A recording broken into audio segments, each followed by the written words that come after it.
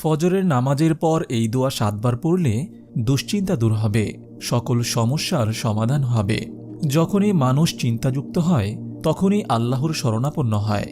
এটাই আল্লাহর প্রিয় বান্দাদের বৈশিষ্ট্য। বিপদের সময় নামাজ ও ধৈর্যের মাধ্যমে আল্লাহ তাআলার কাছে সাহায্য চাইতে হবে। আশা করা যায় আল্লাহ তাআলা বান্দার যাবতীয় বিপদ আপদ তথা সমস্যার সমাধান করবেন। রাসূল সাল্লাল্লাহু আলাইহি ওয়াসাল্লাম বলেন, যে ব্যক্তি এই আয়াতটি সকাল সন্ধ্যায় ৭ বার পড়বে, আল্লাহ তাআলা তার যাবতীয় চিন্তা ও সমস্যার জন্য যথেষ্ট হয়ে যাবেন। চাই সে উক্ত সমস্যায় সত্যবাদী হোক বা মিথ্যাবাদী হোক। আবু দাউদ হাদিস নম্বর 5052।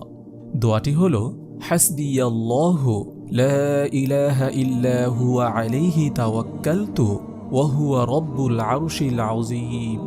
দোয়াটি আবার বলছি, হাসবিয়াল্লাহু লা ইলাহা ইল্লা হুয়া আলাইহি তাওয়াক্কালতু ওয়া হুয়া রব্বুল আরশিল আযীম।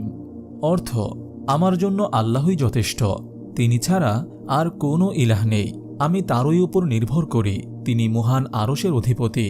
সূরা তাওবা আয়াত ১২৯। রাসূল সাল্লাল্লাহু আলাইহি ওয়াসাল্লাম বলেছেন, পেরেশানগ্রস্ত লোকের দোয়া হল, আল্লাহুম্মা রাহমাতাকা আরজু ফালা তাকিলনি ইলা নাফসি তারফাতা আইন ওয়া আসলিহ লি শা'নি কুল্লাহ লা ইলাহা ইল্লা আনতা। দোয়াটি আবার বলছি, আল্লাহুম্মা রাহমাতাকা আরজু ফালা তাকিলনি ইলা নাফসি তারফাতা আইন ওয়া আসলিহ লি শা'নি কুল্লাহ লা ইলাহা ইল্লা আনতা। এই দোয়াটি মুনাজাতের মধ্যে একবার পড়তে হবে। দোয়াটির অর্থ, হে আল্লাহ, আমি আপনার রহমতের আশা করি, অতএব আপনি মুহূর্তের জন্য আমাকে আমার মনের নিকট সুপর্দ করে দিবেন না এবং আমার সার্বিক অবস্থা সংশোধন করে দিন, আপনি ছাড়া কোনো ইলাহ নেই।